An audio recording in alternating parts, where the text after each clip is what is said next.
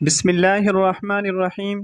اللہم صلی علی محمد النبی الامی وعلی آل محمد جزا اللہ عنا محمد ما هو اہلہ۔ غسل کے آداب۔ غسل خانے میں پہلے بایاں پیر داخل کرنا، حتی الامکان سطر کو چھپانا، پردہ کے ساتھ غسل کرنا، شروع میں اپنے ہاتھوں کو گٹھوں تک دھو لینا، شرمگاہ کو دھو لینا، بدن پر کوئی زہری گندگی ہو تو پہلے اس کو صاف کر لینا، غسل سے پہلے سنن وضو کی رعایت کرتے ہوئے وضو کرنا، قبلہ رخ ہو کر غسل نہ کرنا، اگر پانی جمع ہو رہا ہو تو پیروں کو اخیر میں دھونا، زیادہ پانی استعمال نہ کرنا، سر کو بقیہ جسم سے پہلے دھو لینا، سر کے بعد پہلے دہنی جانب پھر بائیں جانب پانی ڈالنا، فرض غسل میں بالوں کی جڑوں تک پانی پہنچانا ضروری ہوگا، پورے بدن پر 3 مرتبہ پانی بہانا، غسل کے درمیان دعا وغیرہ نہ پڑھنا، غسل کرتے وقت بات چیت نہ کرنا، سلام نہ کرنا، غسل خانے میں پیشاب نہ کرنا، پہلے دائنا پیر باہر نکالنا۔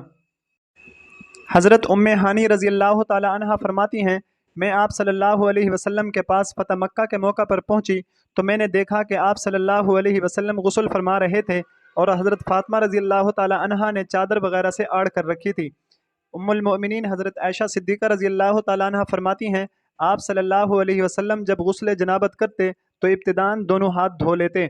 حضرت میمونہ رضی اللہ تعالی عنہ ایک طویل حدیث میں فرماتی ہیں، آپ صلی اللہ علیہ وسلم اپنے بائیں ہاتھ میں پانی لیا اور اپنی شرمگاہ کو دھویا۔ حضرت عائشہ صدیقہ رضی اللہ تعالی عنہ فرماتی ہیں، آپ صلی اللہ علیہ وسلم جب غسل جنابت کرتے تو ابتداً دونوں ہاتھ دھوتے، پھر ایسا ہی پورا وضو فرماتے جیسے نماز کے لیے وضو کیا جاتا ہے۔ حضرت میمونہ رضی اللہ تعالی عنہ فرماتی ہیں، میں نے آپ صلی اللہ علیہ وسلم کے غسل کرنے کے لیے پانی رکھا، پھر آپ صلی اللہ علیہ وسلم نے اس جگہ سے ہٹ کر اپنے قدم مبارک دھوئے۔ آپ صلی اللہ علیہ وسلم نے فرمایا کہ وضو میں 1 مد اور غسل میں 1 سا پانی کافی ہے۔ حضرت جابر رضی اللہ تعالیٰ عنہ فرماتے ہیں، آپ صلی اللہ علیہ وسلم 3 چلو پانی لیتے تھے اور اپنے سر مبارک پر بہاتے تھے، پھر اپنے بقیہ جسم پر بہاتے تھے۔ حضرت عائشہ صدیقہ رضی اللہ تعالیٰ عنہ فرماتی ہیں، ہم میں سے جب کسی کو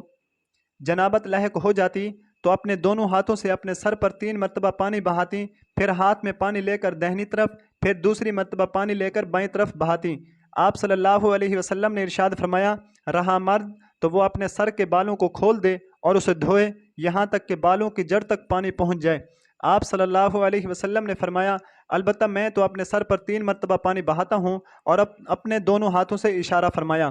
حضرت عبداللہ بن مغفل رضی اللہ تعالیٰ عنہ فرماتے ہیں، اللہ کے نبی صلی اللہ علیہ وسلم نے غسل خانے میں پیشاب کرنے سے منع فرمایا ہے۔ وصلی اللہ علی النبی الامی۔